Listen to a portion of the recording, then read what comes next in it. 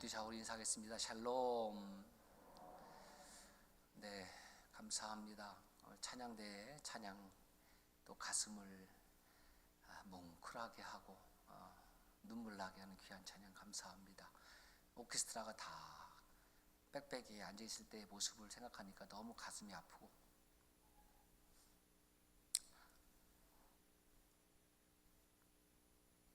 찬양대의 빈자리에 왜 앉지 못해야 되는지 참 눈물이 납니다. 일상의 삶이 무너진 지 1년 넘었는데 이대로 그냥 이렇게 살아가야 되는지를 생각하며, 물론 희망이 없는 것은 아니지만 그런 생각이 들어요. 코로나가 덮쳐왔을 때 참 많이 회개했고, 하나님 고쳐주세요, 멈춰주세요 기도했는데 1년 지나니까 에이, 하나님 안 고쳐주나 보다, 우리의 힘으로 그냥 되나 보다, 이런 죄악들이 있음을 고백하고, 여러분 지속적으로 우리 믿음의 사람들은 하나님 앞에 이 땅의 죄악과 내 삶을 회개하면서 속히 회복되어지는 기도 역사가 일어나기를 여러분 계속 기도해 주시기를 바랍니다. 여러분 지난 한 주 어떻게 보내셨습니까? 예, 쏘쏘 그저 그렇게 지냈습니다 라고 대답하시는 분도 있겠지만, 그럼에도 불구하고 예, 지난 한 주간 죄와 거리두기를 하며 일상의 삶을 거룩함으로 물들이기 위해서 날마다 말씀을 읽고 기도했습니다. 기도와 말씀에 마스크를 쓰면서 살았습니다 라는 대답을 하나님이 기뻐하시지 않을까. 일상의 삶을 거룩함으로 살아가는 것은 비단 목회자나 장로나 권사만의 일이 아니라 모든 그리스도인들의 삶이 일상의 삶을 거룩함으로, 저는 그것이 우리 교회의 또 다른 표어가 됐으면 좋겠다라는 생각이 듭니다.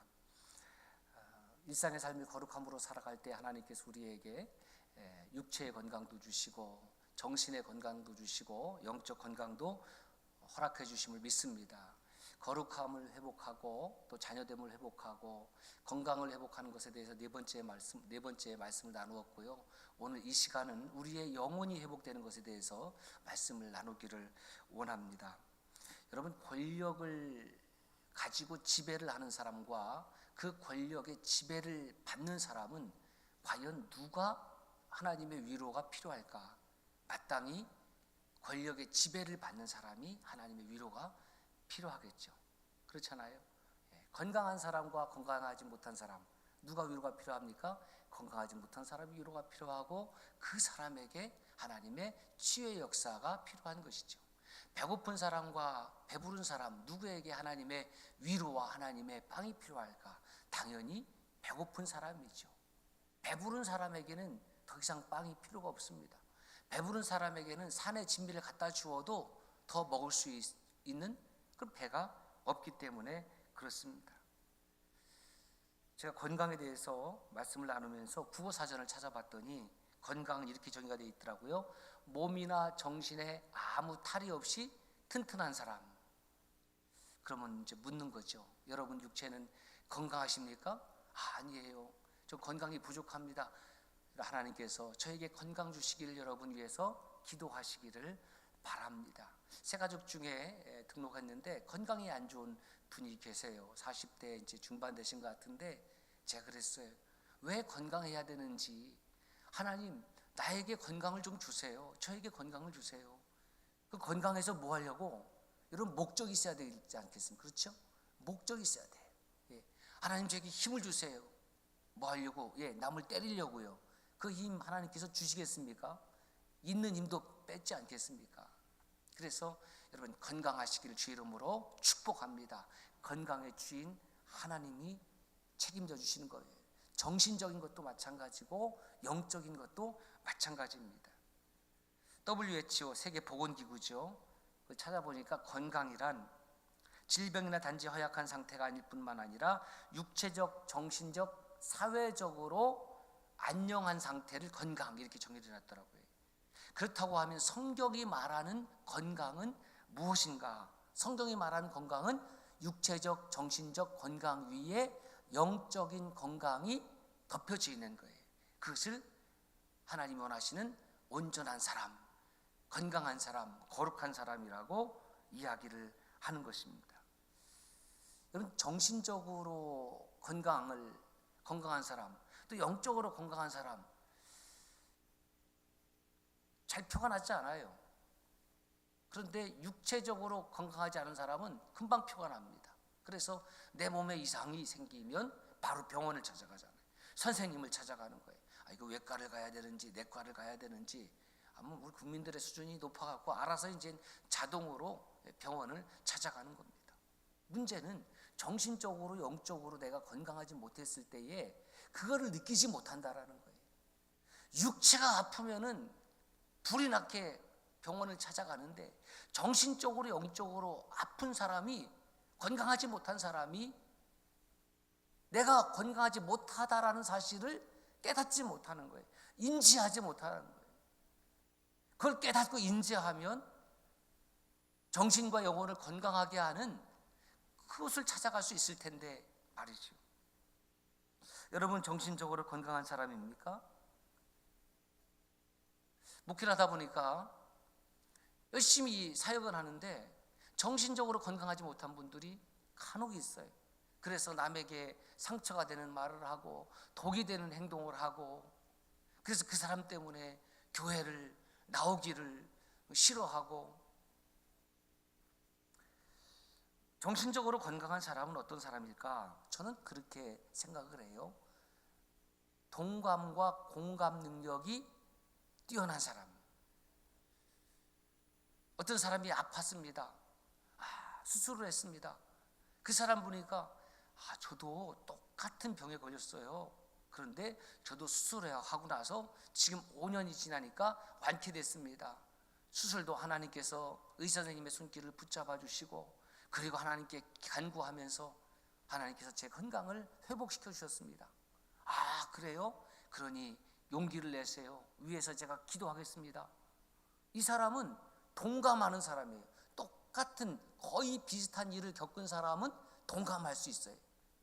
그런데 내가 그러한 질병에는 걸리지 않았다 할지라도 그를 향한 긍휼의 마음과 사랑의 마음을 가지고 바라보는 거예요. 그렇게 아프시군요. 제가 위해서 기도하겠습니다. 얼마나 힘드시겠어요. 이것을 공감이라고 하는 거예요. 그래서 이렇게 보면 남성과 여성들을 이렇게 구분해 보면 누가 동감과 공감을 잘할 것 같아요? 남자일까요? 여자일까요? 여성들은 뭐 대놓고 여자 그러는데, 남성들 한번 대답해 보세요. 남자와 여자 중에서 공감과 동감을 남자가 잘할 것 같아요? 여자가 잘할 것 같아요? 이제 수요일날 대답하실 거죠? 수요일날. 자, 그럼 여성들한테, 남자와 여자 중에서 공감과 동감을 여자들이 잘해요? 남자들이 잘해요? 여자들이 잘합니다. 우리 남자들은 한 1초간 머리 수그립시다. 겸손해야 돼. 그 전화를 할 때도 여러분 기억나세요?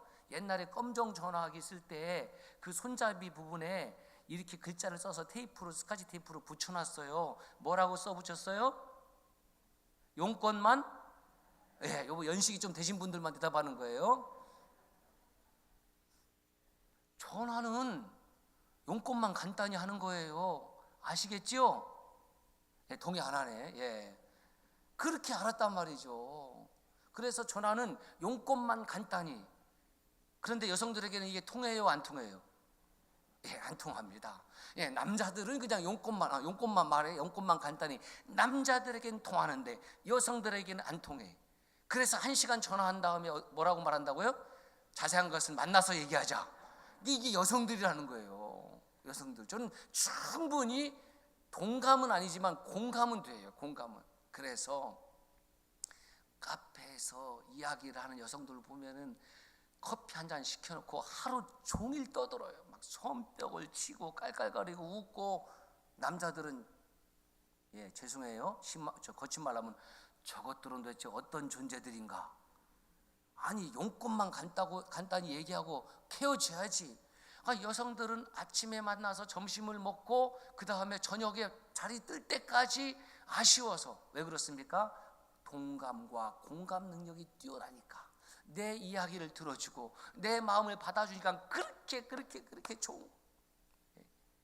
그래서 정신적으로 건강한 사람은 남의 이야기를 잘 들어주는 거. 그리고 공감하는 거예요. 그리고 동감해 주는 거예요. 그리고 박수 쳐주는 거예요. 우리 남자들 아시겠죠?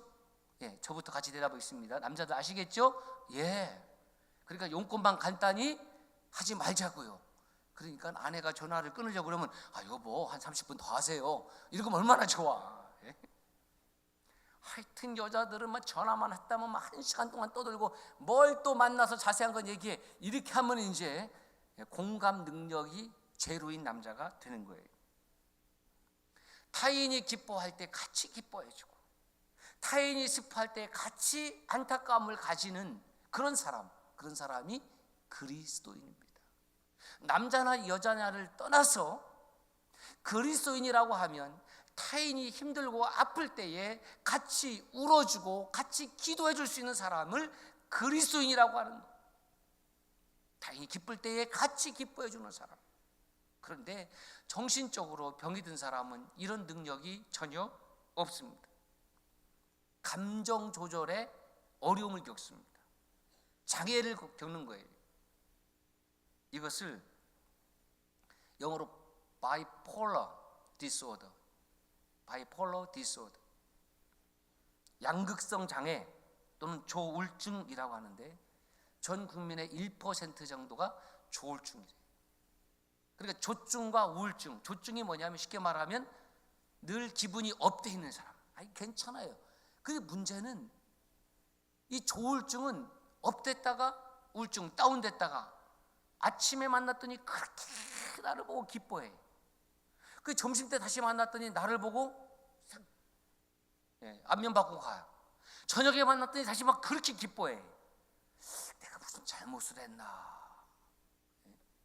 이것이 정신적인 지금 장애를 겪고 있는 환자들이다. 손가락질 할 것이 아니라 저분은 저런 어려움을 겪고 있구나. 저분을 내가 좀 도울 수 있다면 도와주고 그리고 기도할 수 있다면 기도해주고. 저는 건강에 관한 말씀을 준비하면서 건강을 무엇으로 표현하면 좋을까? 이런 생각이 들더라고요. 건강을 맛으로 표현하면 좋지 않을까? 한번 따라서 하실까요? 건강은 맛이다. 틀림없어요. 건강은 맛이에요. 여러분 육체적으로 건강하신 분은 무엇을 먹어도 맛있어요. 지금이야 보리밥을 먹으려면 일부러 보리밥 전문점을 찾아가는 시대가 되었지요. 얼마 전까지만 해도 우리는 보리밥을 먹었던 세대들 아닙니까? 근데 보리밥을 어떻게 먹었어요? 보리밥에 된장찌개 넣고 거기다가 열무김치만 있으면 그렇게 맛있는. 그것도 양푼에다 탁 넣고 그냥 쑥쑥 비벼갖고 형제들이 여럿이, 그렇죠? 각자 개인 접시가 어디 있어요? 그냥 식구니까 같이 숟가락 넣고 그렇게 먹었던 그런 시절이 있었잖아요. 이제 쌀밥입니다. 어렸을 때를 돌이켜보면은 여러분 지금은 계란을 한 판씩 사잖아요. 옛날에 무슨 한 판씩 사나요? 이거 뭐라고 하죠? 한 줄을 뭐라고 그래요? 꾸러미? 예, 이렇게 한 줄 사는 거예요. 몇 개씩 들었어요? 10개요? 예. 그러면 10개를 샀으면은 그 계란 그 10개는 하루에 하나씩 먹는 거예요. 어디서 2개씩 먹고 그래? 하루에 하나씩 귀해서. 그래서 이 어머니가 식사를 이렇게 차려오면은 아버지께서 그 가운데 밥을 이렇게 이제 헤쳐갖고 그 가운데다가 뭘 넣어요? 여러분들 그렇게 안 드셔봤는데 계란을 톡 깨뜨려서 넣는 거예요. 그리고 밥을 이렇게 살짝 덮는 거예요. 그런 다음에 조금 시간이 지나서 거기다가 간장을 살짝 뿌려서 샥샥샥샥샥 비비는 거예요.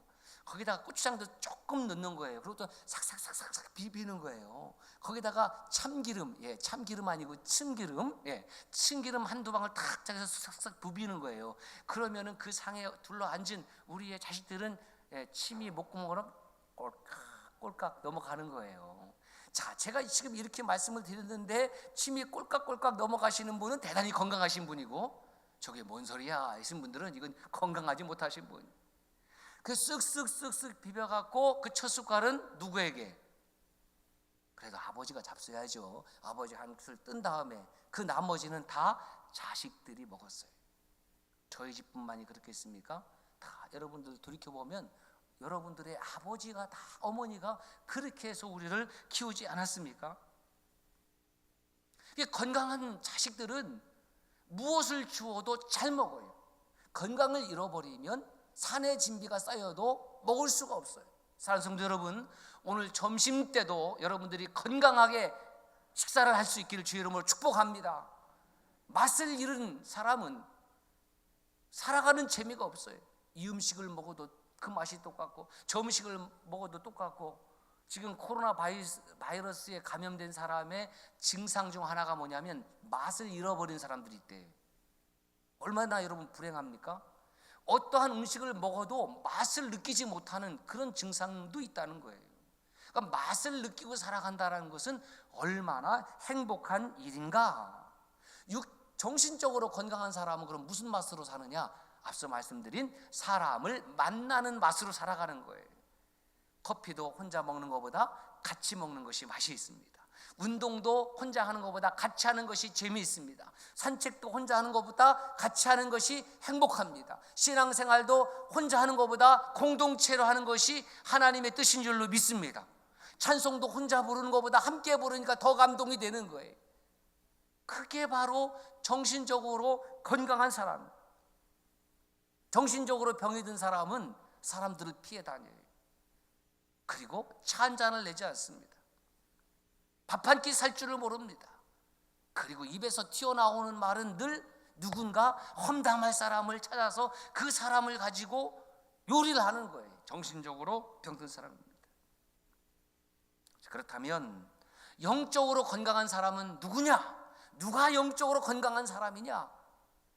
입에서 늘 찬양이 흘러나오고, 입에서 늘 감사가 흘러나오고, 입에서 늘 영광이 흘러나오고, 찬양의 맛을 아는 사람, 기도의 맛을 아는 사람, 말씀을 읽고 듣는 맛을 아는 사람, 하나님의 말씀에 순종하는 맛을 느끼는 사람, 헌신하는 맛을 느끼는 사람, 신앙생활하는 맛을 느끼는 것, 예배 드리는 맛을 느끼는 사람, 이 사람이 영적으로 건강한 사람이에요. 찬양을 열심히 하는 사람들을 보면 쟤는 뭐가 그렇게 좋다고 찬양을 열심히 하고 그래? 너는 은혜가 되냐? 나는 안 된다. 이게 영적으로 병든 사람의 특징이에요. 너는 메시지가 들리냐? 나는 안 들린다. 영적으로 병들었기 때문에 그렇습니다. 여러분, 성부, 성자, 성령 삼위일체 하나님의 영광의 임재가 있는 예배라고 한다면, 우리가 영과 진리로 하나님께 예배를 드리는 예배라고 한다면, 그 예배에 어찌 하나님께서 임재가 없고 은혜가 없겠어요? 하나님이 문제입니까? 목회자가 문제입니까?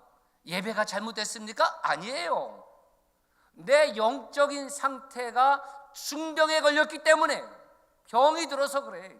어떤 병에 걸렸냐? 심판받을 병, 예수와 상관없는 사람, 예수의 구원과 멀어진 사람, 예수를 떠난 병, 예수의 영이 인도함을 받지 못하는 병에 걸린 것입니다. 여러분, 그래요. 누구든지 육체적으로 건강하면 좋겠지요. 질병이 찾아오지 않으면 좋겠지요. 정신적으로 스트레스 받지 않고, 그리고 걱정 근심이 없으면 좋겠지요.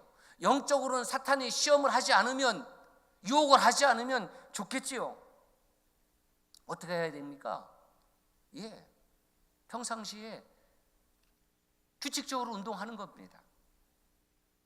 평상시에 말씀과 기도의 마스크를 쓰고 죄와 거리 두기의 삶을 살아가려고 노력하는 겁니다. 그러나 신기하게도 그렇게 정기적으로 운동하고, 그렇게 정기적으로 예배 행위를 하고 말씀을 읽고 기도했음에도 불구하고 때로는 육신의 질병이 찾아오고 때로는 시험에 빠지기도 하는 거예요.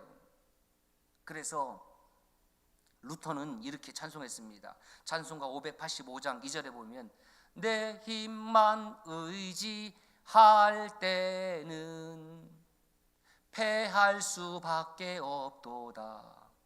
내 힘만 의지하고 사는 성도는 패할 수 있대요. 그런데 누구와? 주님이 나의 대장 되시니 주님을 의지하면 우리는 패하지 않습니다. 585장 3절에 보면 이렇게 되어 있어요. 이 땅에 마귀 들끓어. 전 깜짝 놀랐어요. 여러분, 이 땅에 우리가 살아가는 세상 가운데에 마귀가 얼마나 들끓는지. 그래서 베드로 사도가 뭐라고 경계하고 있습니까? 근신하라, 깨어라. 대적 마귀가 우는 사자와 같이 두루 다니며 삼킬 자를 찾는다 그러지 않았어요? 그게 마귀가 하는 일입니다. 사탄이 하는 일이에요. 그러니 내가 믿음대로 말씀대로 헌신하고 순종하고 열매 맺는 삶을 살고 일상의 삶을 거룩함으로 물들이며 살아가려고 했더니 마귀가 들끓는 거예요. 사탄이 들끓어요. 끊임없이 유혹하고 시험하고, 아니 뭘 그래, 그냥 적당히 살면 되지, 적당히 예배당 왔다 갔다 하면 되지. 아니라는 거죠. 아니라는 거죠. 뭘 순종하고 그래, 네 고집대로 살지. 아니라는 거죠.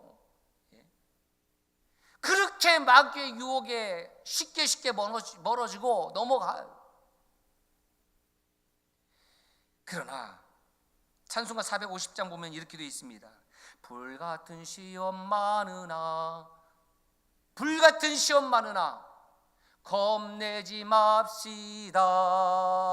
구주의 권능 크시니 이기고 남겠네. 할렐루야. 불같은 시험이 있다는 거예요. 목회자가 되었든지 교회의 장로나 권사, 집사가 되었든지 마귀는 불같은 시험을 해요. 왜? 같이 있으니까 하겠지. 같이 있으니까. 겁내지 마십시오. 구주의 권능 크시니, 저와 여러분이 섬기고 믿는 예수 그리스도의 온전한 능력이 있고 하나님의 영으로 인도함을 받는다고 하면 이기고 남음이 있을 줄로 믿습니다. 그래서 제가 건강을 이렇게 정리해 보았습니다. 그리스도인의 건강이란, 시작, 육체적, 정신적, 영적으로 균형과 조화를 이루며 성령으로 충만하여 육체적인 질병, 정신적인 고난, 영적 시험이 찾아와도 능히 예수의 믿음으로 이겨내는 상태이다. 육체적인 질병이 찾아오고 정신적인 고난이 찾아오고 영적인 유혹과 시험이 찾아와도 예수의 이름으로, 예수의 믿음으로 이겨내는 저와 여러분들이 되시기를 주의 이름으로 축원합니다. 오늘 말씀은 사도이자 장로인 요한이 가이오에게 보낸 편지입니다. 어떤 특정인에게 보낸 편지가 하나님의 말씀으로 그 권위를 인정받았죠. 이것이 요한 3서예요. 요한 1서, 2서, 3서. 그런데 빌레몬서도 그래요. 빌레몬서도 아주 이 독특한 말씀입니다. 자, 가이오는 누구냐면 요한 사도를 통해서 영적인 돌봄, 신앙의 양육을 받고 있는 어떤 그리스도인입니다. 이분이 어디 있는지는 잘 몰라요. 그런데 이 사도 요한이 이 가이오에게 보낸 편지는 AD 90년에서 95년 사이에 지금의 터키입니다. 에페소에서 보냈을 것으로 추정이 돼요. 그렇다면 뭐 그 터키 인근 지역이지 않았을까, 저는 뭐 그렇게 추정하는데, 어찌 됐든 당시에는 사도들이 몇 분이에요? 사도들이 마띠아를 선임했지만 12명밖에 되질 않아요. 그리고 사도들의 가르침을 받는 사람들, 그 사람들이 이제 감독이라고 했고 오늘날은 이제 목회자들이죠. 많지 않습니다. 그래서 순회 전도를 하는 거예요. 복음 전도단을 결성을 해서 이 지역 저 지역으로 다니면서 그리스도의 작은 공동체, 주로 가정집에서 모였겠죠. 그분들을 이제 섬기고 돌보는 거죠. 그런데 이 가이오라는 사람이 속한 교회 공동체가 어떤 교회 공동체인지는 모르지만 그 중심에 디오드레베라는 인물이 있습니다. 쉽게 외우려면 되게 더러워, 이렇게 하면 돼요. 되게 더러워, 디오드레베. 이 사람이 그 작은 교회 공동체를 어지럽히고 파괴하는데 앞장섰던 사람입니다. 9절 10절을 보십시오. 내가 두어 자를 교회에 썼으나 그들 중에 으뜸되기를 좋아하는 디오드레베가 우리를 맞아들이지 아니하니 그러므로 내가 가면 그 행한 일을 잊지 아니하리라. 그가 악한 말로 우리를 비방하고도 오히려 부족하여 형제들을 맞아들이지도 아니하고 맞아들이고자 하는 자를 금하여 교회에서 내쫓아도다. 이 디오드레베라는 사람이 그 교회 공동체에 산 죄악이 네 가지인데, 첫 번째는 으뜸되기를 좋아했다는 거예요.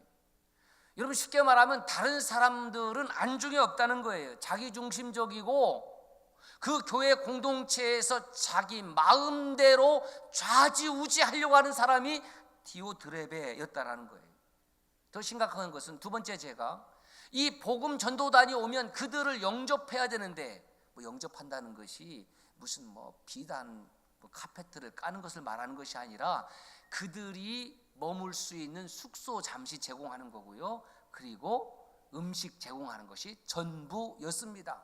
황금을 달라고 하는 것도 아니고 무슨 다이아몬드를 달라고 하는 것도 아니고 돈을 엄청나게 요구하는 것도 아니고 복음을 전한 사람을 위해서 숙식을 제공하는 건데, 이 되게 들어온 디오드레베, 이 사람은 이것을 거절한 거예요. 거부한 거예요. 니들은 뭐냐? 그리고 받아들이지 않았어요. 그 얼마나 성격이 더러운지.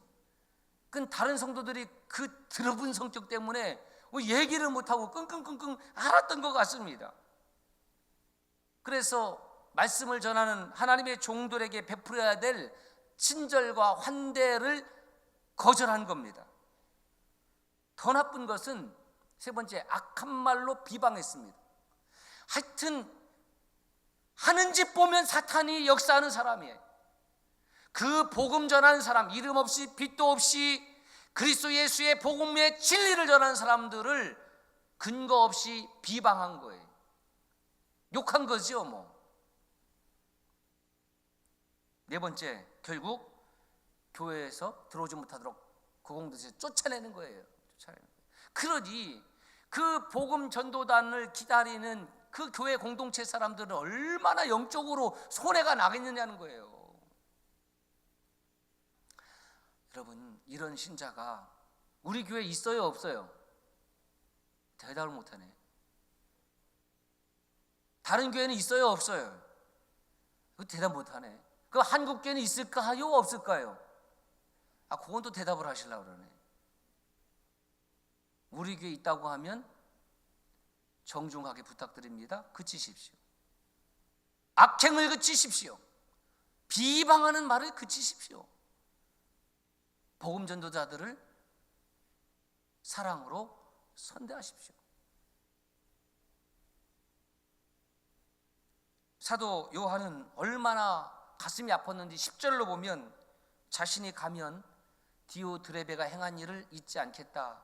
이게 완곡한 표현인데요, 무슨 말입니까? 책망하겠다, 내가 치리하겠다 라는 뜻입니다. 무슨 권위로? 하나님께서 주신 영적 권위로. 하나님께서 함께 하시기 때문에. 이렇게 디오드레베는 거절했지만 12절에 보면 성도들에게, 그 작은 공동체에 칭찬받는 사람도 있어요. 그 사람이면 데메드리오, 가운데 드자가 똑같아요. 데메드리오. 그는 이름도 없이 빛도 없이 복음 전도자들을 선대했습니다. 5절을 보세요. 사랑하는 자여, 네가 무엇이든지 형제고 나그네 된 자들에게 행한 것은 신실한 일이니. 그래서 가이오에게 데메드리오와 같은 그 일을 지금 네가 하고 있다. 네가 하고 있는 그 일은, 가이오 그 일은 선한 것이니 네가 데메드리오를 본받아서 가이오야 네가 속한 그 공동체에서 그렇게 복음 전도자들을 선대해라. 디오드레베의 길을 쫓지 말아라. 데메드리오의 길을 쫓아라. 이렇게 지금 권면하고 있는 것입니다. 아마 이렇게 가이오에게 편지를 쓴 이유는 가이오가 복음 전도자들을 선대하면서 아마 이 디오드레베한테 어떤 고난을 받았을 가능성이 있습니다. 그렇죠? 나는 거부하고 쫓아내고 그러는데, 이 가이오는 선대하려고 그러고 그들의 말에 귀를 기울이려고 하니까 와서 뭐 협박을 했을 수도 있고 가이오를 비난했을 수도 있었을 거예요. 그래서 사도 요한이 가이오에게 특별히 개인적인 편지를 보내고 있는 거예요. 그러한 전제 속에 이 3장 2절 말씀을 읽어야 되는 거예요. 사랑하는 자여, 내 영혼이 잘된 같이 범사가 잘되고 강건하기를 원한다. 왜 가이오가 영혼이 잘되고 범사가 잘되고 강건해야 되느냐? 가이오를 통해서 하나님의 아름다운 복음의 역사가 계속되고 있기 때문에, 쓰임받고 있기 때문에. 여러분, 왜 우리가 영적으로 건강해야 됩니까? 정신적으로 왜 건강해야 됩니까? 육체적으로 왜 건강하길 원하십니까? 하나님께 쓰임받기 위해서. 할렐루야. 그게 목적이지 않는다고 하면 세상 사람들이 건강하기를 원하는 것과 무슨 차이가 있다는 말입니까? 그러면 어떤 사람이 영적으로 건강한 사람일까? 3절 말씀 다시 한번 같이 읽을까요? 시작. 형제들이 와서 내게 있는 진리를 증언하되 내가 진리 안에서 행한다 하니 내가 심히 기뻐하노라. 간단하게 정리를 하면 누가 영혼이 건강한 사람이냐? 진리를 증언하고 진리 안에서 행하는 사람. 진리는 누굽니까? 예수 그리스도. 예수 그리스도를 증언하고 예수 그리스도가 하나님이시오, 그분이 나의 구원자시오, 그분이 나의 메시아시오, 그리고 그분의 말씀대로 순종하며 살아가는 사람, 이 사람이 영적으로 건강한 사람이다. 그렇다고 하면 여러분은 진리 안에 살아가고 있습니까? 여러분은 진리를 증언하고 있습니까? 여러분은 진리를 순종하고 있습니까? 그렇다고 하면 건강하신 분입니다. 그렇지 못하다고 하면 나는 어딘가 영적으로 지금 심각한 질병에 걸렸다라는 것을 속히 깨닫고, 주님, 이 질병 가운데 저를 치료하여 주옵소서.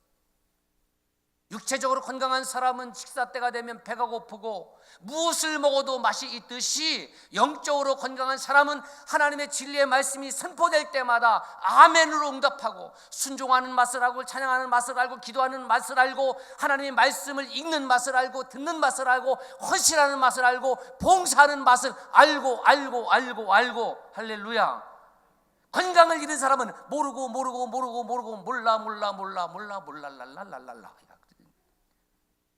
그렇게 되겠죠. 예.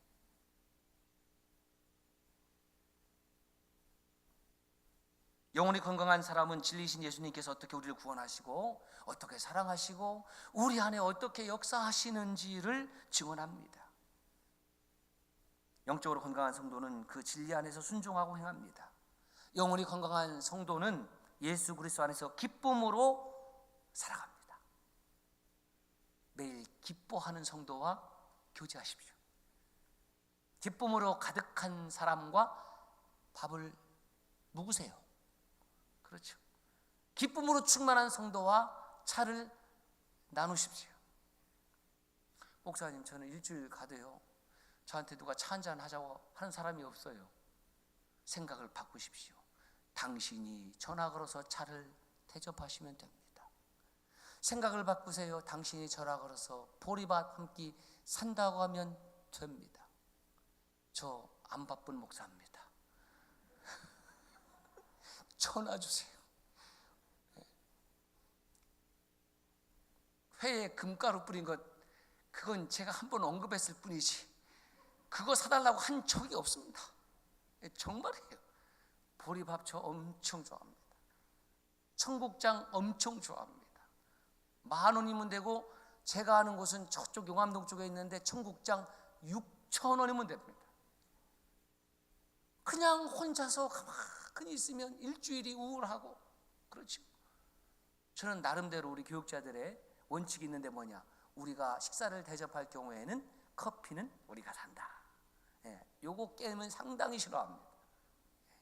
서로 섬겨야죠. 서로 섬길 때에 섬김의 행복, 섬김의 행복이라고 했잖아요. 저는 가르쳐주고 섬김의 행복. 섬기면 행복하네. 섬기면. 영혼이 건강한 성도는 예수 그리스도 안에서 동역자들을 섬기며 돌보아주는 거예요. 누가 일방적으로 섬기고 일방적으로 섬김을 받는 것을 말하는 것이 아니라 서로 섬기는 것입니다. 여러분, 육신적으로는 건강한데 정신적, 영적으로는 심각한 병에 걸린 성도가 있는가 하면, 어떤 성도는 태어날 때 장애를 입고 태어나서, 어떤 성도는 살아가면서 장애를 입고 살기도 하고, 어떤 성도는 살아가면서 심한 병에 걸렸지만 그럼에도 불구하고 영적으로는 건강한 성도도 있습니다. 물론 육체적으로도 건강하고 정신적으로도 건강하고 영적으로도 건강하다면 뭐 금상첨화이겠지요. 오늘 또 사탄은 디오드레베 같은 자를 세워서 그리스도의 몸된 교회 공동체를 교묘히 파괴하려고 합니다. 코로나만 교회를 파괴하는 것이 아니라 이 디오드레베 같은 사람들이 교회 안에 교묘히 잠입해서 성도들을 이간질하고 목회자와 성도들 사이를 갈라놓고 교회의 공동체를 파괴하는 것을 어떻게 우리가 눈뜨고 볼 수 있겠어요? 절대로 안 된다, 절대로 안 된다. 데메드리오와 같이, 가이오와 같이 복음의 진리자들과 동역하면서 건강하고 아름다운 교회를 세워나갈 때에 그 교회 공동체 안에 있는 저와 여러분들의 영혼도 강건해질 줄로 믿습니다. 영혼이 병든 자 디오드레베, 영혼이 건강한 자 데메드리오, 가이오, 어느 편에 서시겠습니까?